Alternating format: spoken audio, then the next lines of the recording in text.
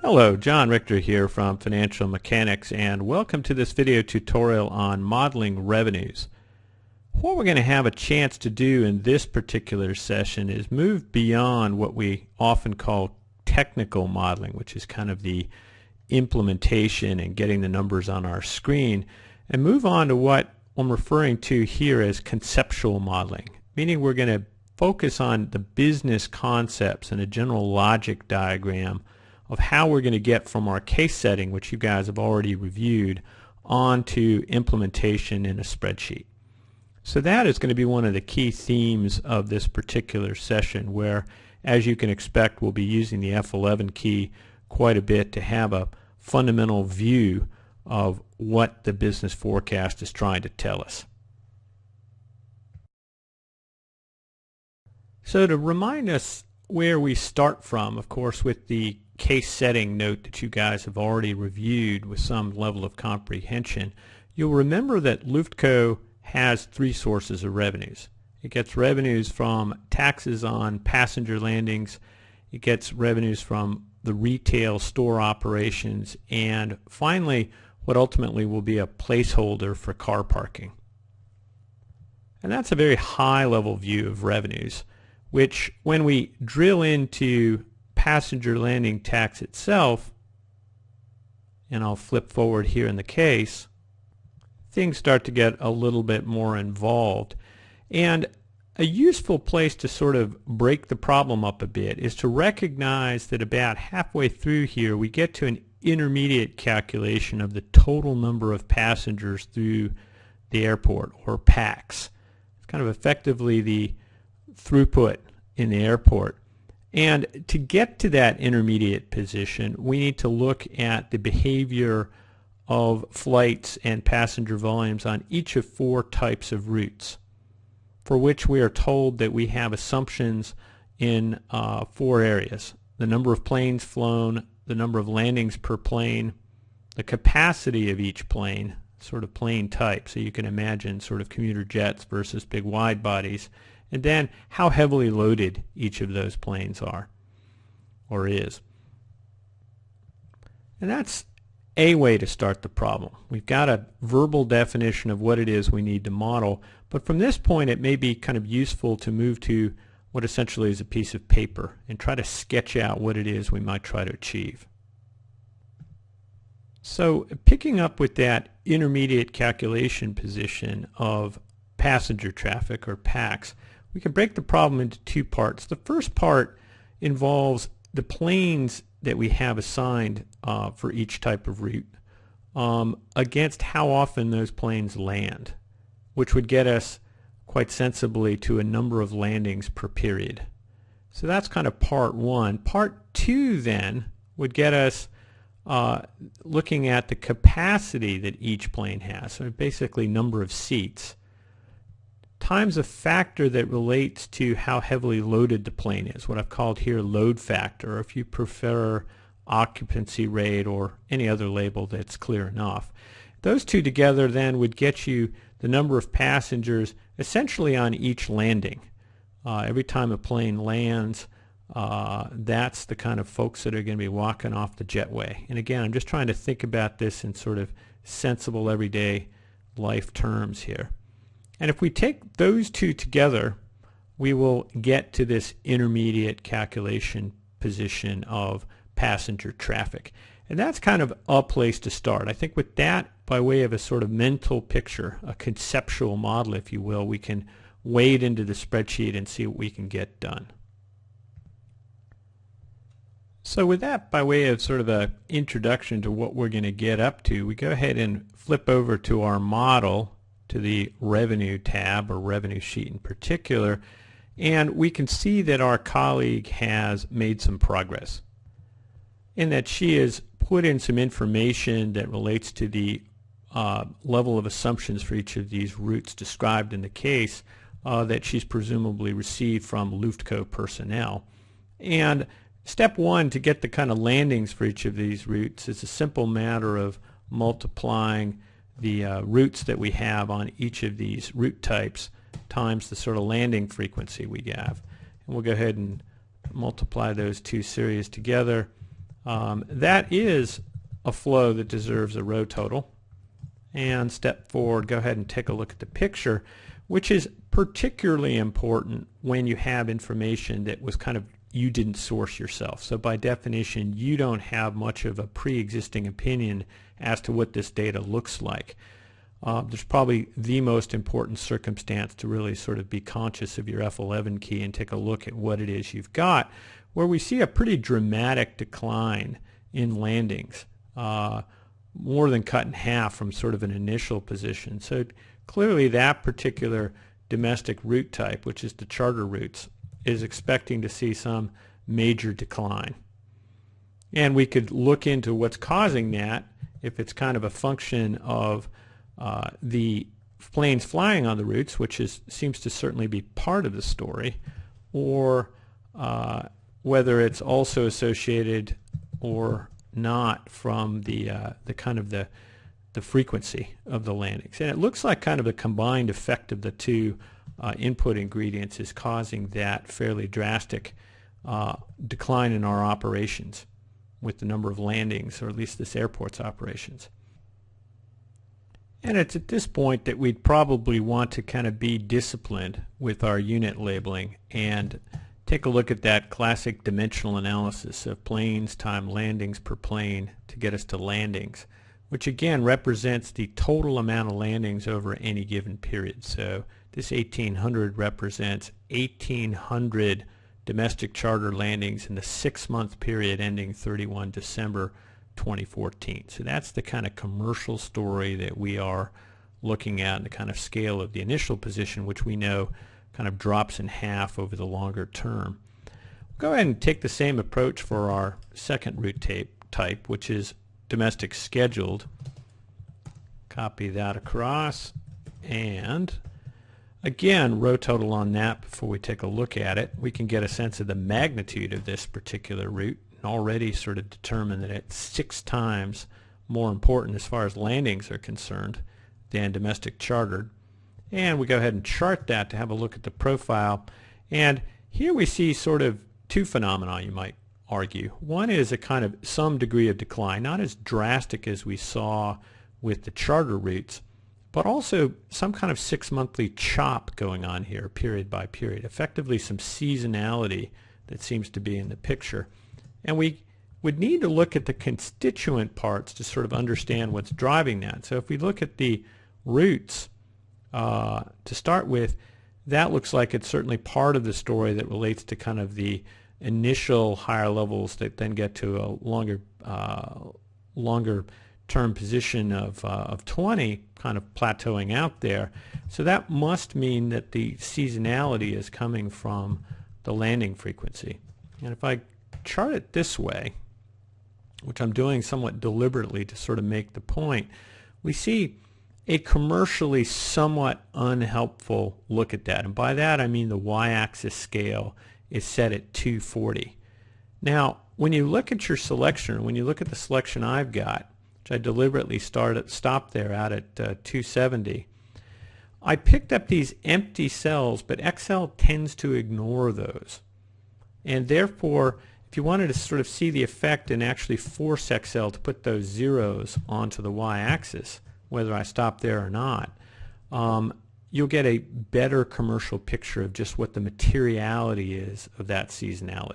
And I think in general terms it's rare for you to want to look at F11 charts that are not zeroed with the y-axis scale starting at 0, so that you can get a kind of sense of magnitude better. It's rare not to sort of want to see this type of picture on your F11. So keep those thoughts in mind with respect to Excel's empty cell ignoring effort. So we'll go ahead and drop that chart and move back, picking up with our international charter route, where you guys are saying at this point, should I be copying the previous structure? Maybe. Kind of depends on what sort of mood I'm in, to be honest. as far as whether I'd go ahead and just to sort of demonstrate for the fourth one, because I know you guys are getting a little bit bored watching my keystrokes here. You could just copy that on down. But before we move on to the fourth route, I really do want to take a look commercially at what's going on here, where the first international route, which is our international charter, for whatever reason seems to be having a very opposite story. Virtually a doubling of the overall landing traffic.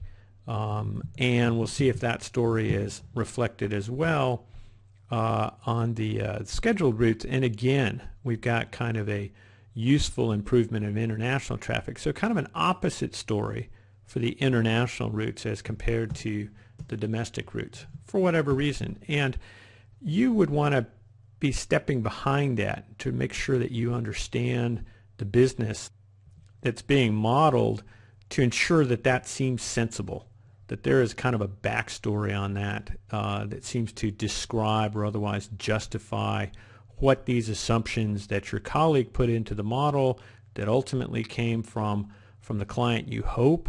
Again, this sort of documentation where those assumptions came from, etc., is all important. In any event, that is step one of the process. That's sort of part two, and I'll flip back over to the PowerPoint just so we remind ourselves what we're up to in this next step. We're going to be taking a look at the kind of second leg of things here, which is the capacity on each of these planes against their load factor to get us this passengers per landing. And that kind of is part two. Going back to the model now, we can see that we have a slightly different structure here where sensibly the size of the aircraft is not changing over time to the extent, I guess you could argue it could, to the extent you are changing out aircraft, but it looks like the expectation is to run similar aircraft. So I've done that constant A times series B structure here. And here I've got a quantity that isn't reflective of total numbers over a period of time, but really in some sense it's kind of an average perspective. This load factor here is basically saying over the 6-month period ending 31 December 2014, the typical load factor on that route is 60%, and we're using aircraft that have a capacity of 110 seats, which gets us to about 66 folks disembarking through the jetway, if you will, on average per landing. So that's kind of the general picture. That does not deserve and would not be appropriate to have a row total on that quantity, as it's really more sort of an average in time or a point in time number. And we'll go ahead and repeat that process. And you guys are saying, well, John, shouldn't you chart it? And the answer is, of course we should. We should have a look at that. That's slightly interesting behavior. It looks like some improvements in our kind of utilization of the aircraft, which then diminishes, whether that's for lack of efficiency or maybe some competition. Who knows? But again, you want to know the backstory behind that. Go ahead and do the second route type here with triple tapping my F4. Shoot this across and have a look at what we've got. So no display total and some profile where things seem to sort of chop in a kind of God knows why pattern. But again, you as the modeler need to understand what that pattern is or what explains it. And third route, which is our international chartered route. And interesting, got the seasonality there, which by definition, because we have a constant times the series, must be coming from the utilization rate chop. So we have some seasonality in our utilization. Again, I've deliberately set up a chart which is not reflective, I think, of as well of commercial reality, because it starts at 57% here. And again, to make that point, if I type in some zeros there, I can get a better scaling. And there are pros and cons to including zeros in your input assumptions, which we talk about elsewhere. All right, so that gives you a better sense of kind of the materiality of the seasonal chop. And I'll go ahead and just make the point that our triple tapping is allowing us to copy that structure down here, and of course it points to the right ingredients, and we should have a look at that fourth and final route behavior, which is pretty steady situation and some improvement in the back for, I don't know, that's probably about 8 years of the forecast. All right. Now, with that in place, we then need to bring these ingredients together. So I'm clearly going to need some room. Let's sort of insert some rows here so I have space to bring in some ingredients for fundamentally our kind of passenger traffic calculation. So I suppose we'd passenger traffic, which I suppose is really our PAX line that we're getting to here, which is that kind of last step of our flow chart, which is to get the component parts for each of these routes. So I'll go ahead and pick up the landings for the domestic charter routes first. Kind of I think an equal up operation is as smart as any. Shoot those across, and that's going to be our effectively the total passengers coming through the airport associated with each of these routes. So I'll just call it passenger traffic, and maybe I put PAX in parentheses. Hard to know. If I do an A times B here, we can have a look at what the effect of these two different components is on our passenger volumes. Kind of traffic are we seeing through the airport, because ultimately we rely on this passenger traffic to generate our revenues. And we get kind of an interesting profile, which is the combined effect of the landings and just generally the frequency, I should say the kind of loading of each of the aircraft and how often they're flying. And that passenger traffic here is on that one particular route. So I should really be careful with my labeling and ensure that I've got a clear understanding that that passenger traffic number is for domestic charter routes. And we can repeat that process for each of the 3 remaining routes. So let's go ahead and get those ingredients. I'm going to go ahead and pretty much get these two here and repeat with little difference, except maybe saving myself some typing as far as, oops, still domestic. This is going to be scheduled. Shoot the ingredients across. So again, I'm sort of checking my ingredients. They're both domestic scheduled. Shoot them across.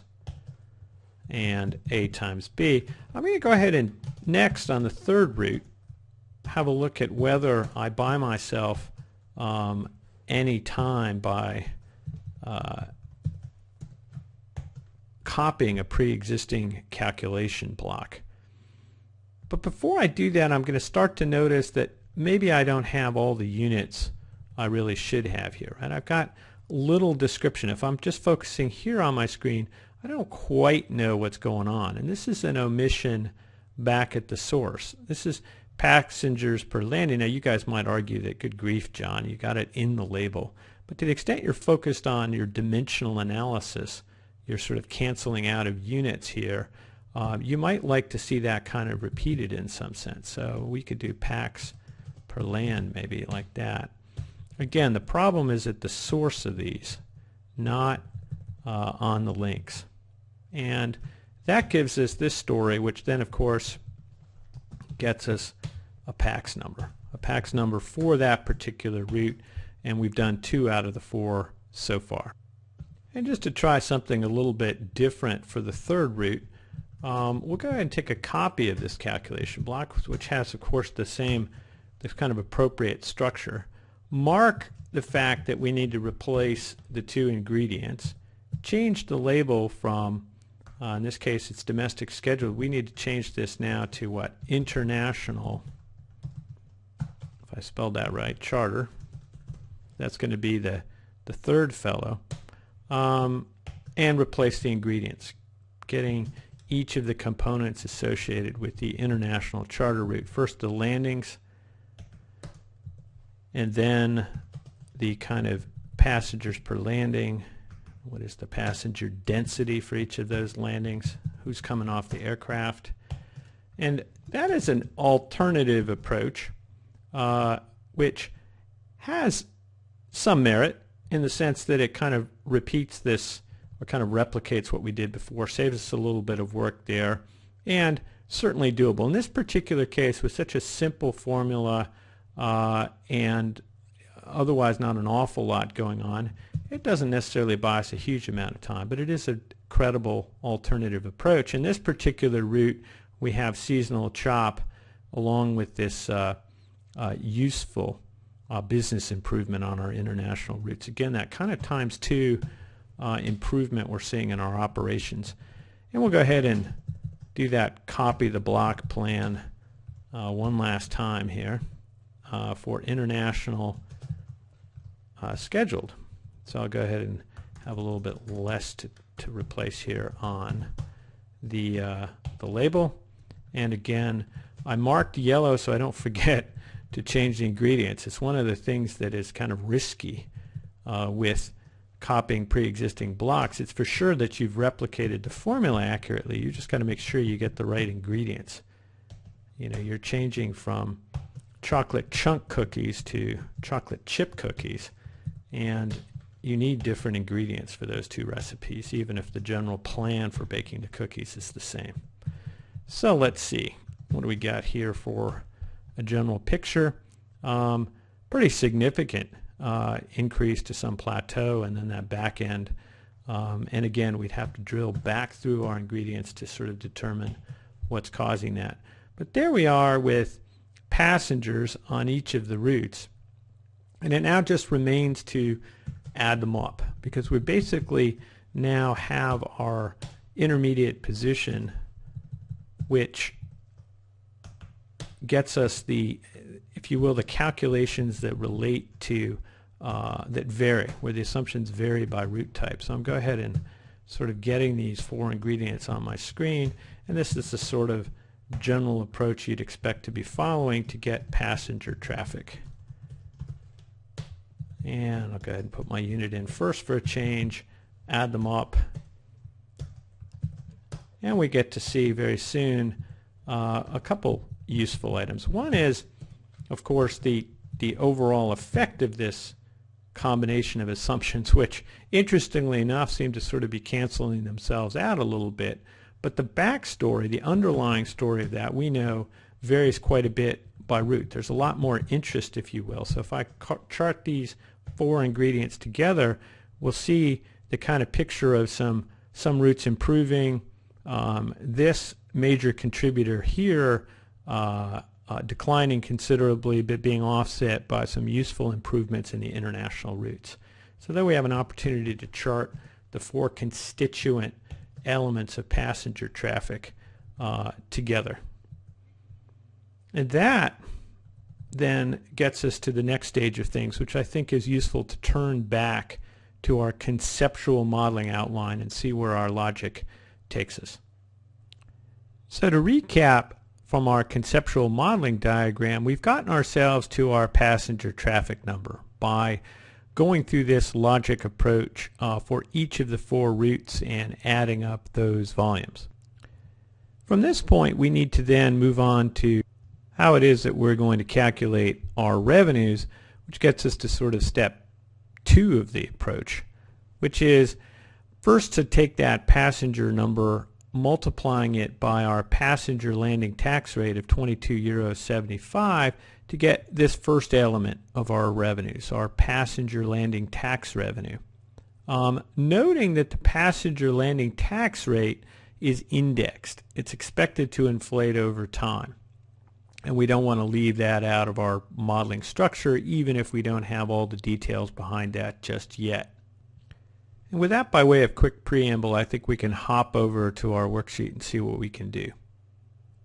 Here's where we left things, and I suppose we'd want to not only probably give ourselves some space, but probably give ourselves a heading that actually relates to passenger landing tax. And I think I'll use the second passenger landing tax revenue, which is kind of effectively the summary area here in our second indent level, where clearly a key ingredient is that passenger landing tax that we work so hard to get to, passenger traffic number here.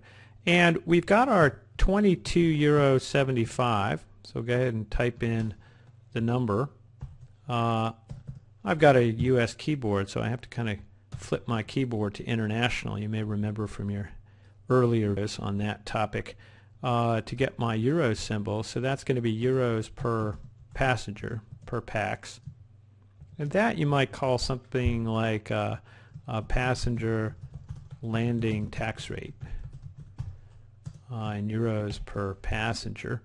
The only thing that remains to get to kind of our passenger, maybe I'll just say PLT revenue.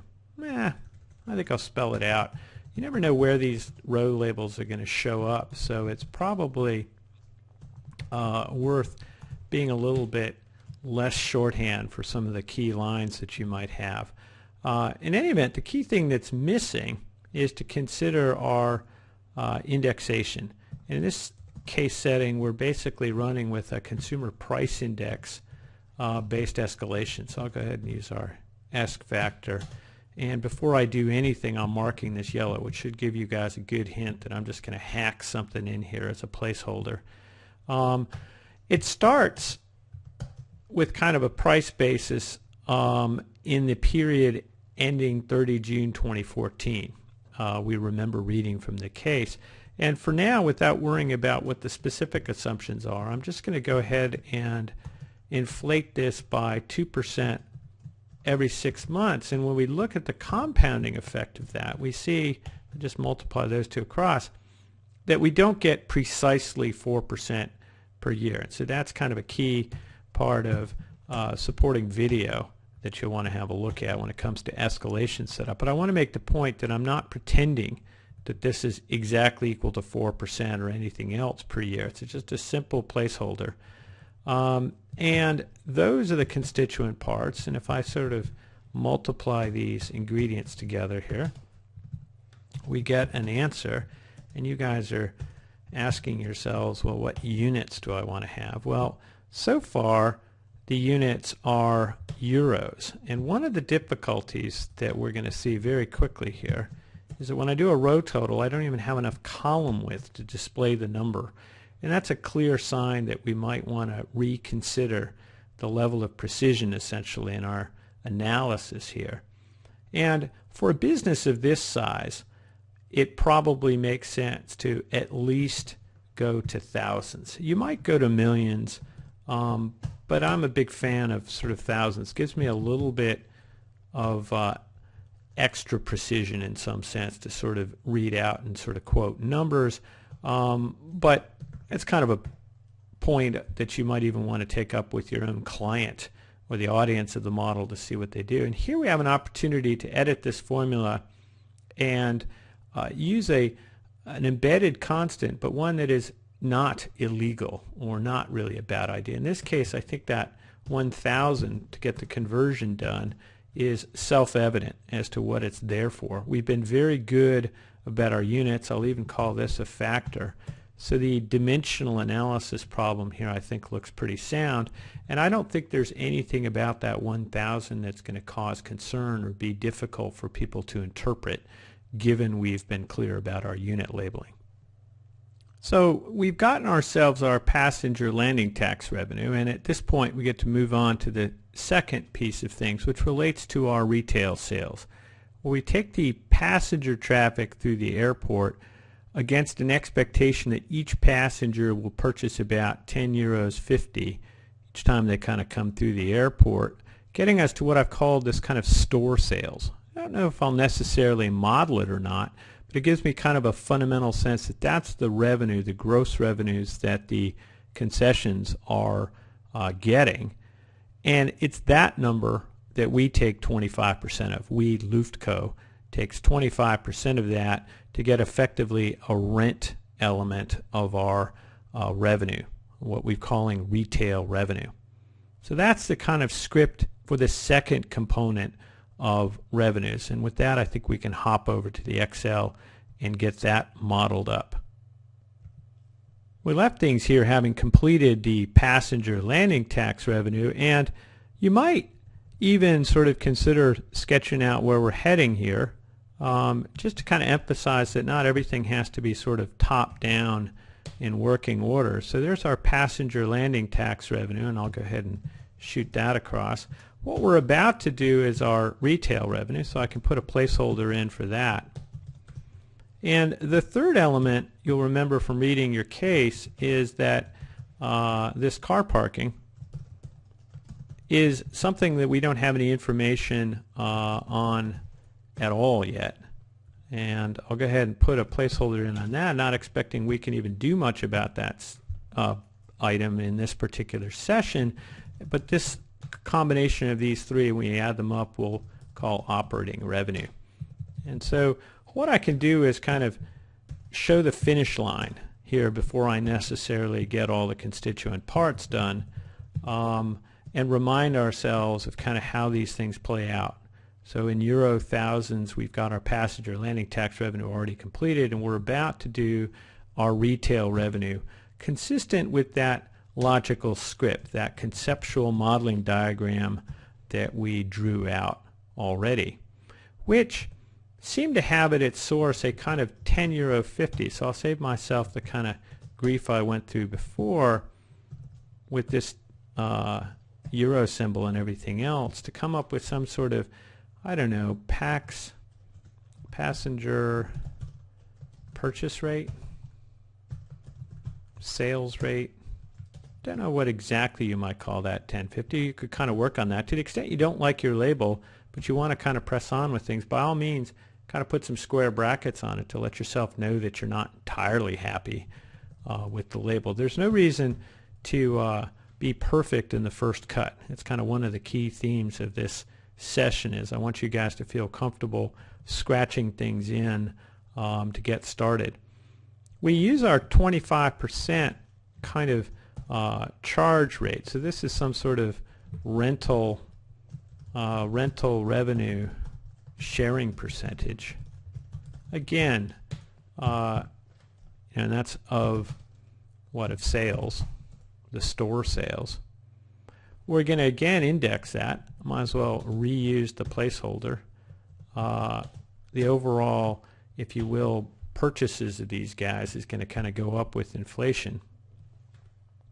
And of course we need to get that times the number of passengers. That was the first balloon in our conceptual diagram, and we get to copy our row anchored link, and we have 4 ingredients. And if I don't think too hard and just kind of multiply the 4 out, you guys are saying, John, I know what you're forgetting here. But I go ahead and bang out A times B times C times D, we get some answers. We get a row total that you guys may say looks large. It looks 323 million, or whatever you want to call that number, because it does get us to the units here that we're doing, considerably larger than the passenger landing tax. And if you are unfamiliar or do not know enough about the commercial structure, I'll go ahead and get rid of the placeholder on that, enough about the commercial structure of Luftco to have a sense for how material retail revenues might be, you need to kind of dig into that and kind of upgrade your understanding of the business. But of course the key thing here is that we're going to stick with our standard monetary unit, if you prefer, of our euro thousand. So I'll go ahead and copy that unit label down here, and of course don't just do that in the first cell, shoot that across to get a sense that in fact our retail revenues are something like about 1/10 the size of what we get from passenger landing tax. And again, as we typically do, and I encourage you to do as much as possible, we have a general incline here that relates to inflation. We overall had kind of an offsetting effect of domestic and international routes that were fairly level over the long term, but then we have our 4% or so, approximately 4% per annum annual inflation. And it's an opportunity to go ahead and paste special link this down into our summary structure and get our revenue calculation sort of provisionally done. So there's our operating revenue. I'll go ahead and register my screen by kicking down and back up. just to sort of focus ourselves here on the ending position where we have our total operating revenue calculated.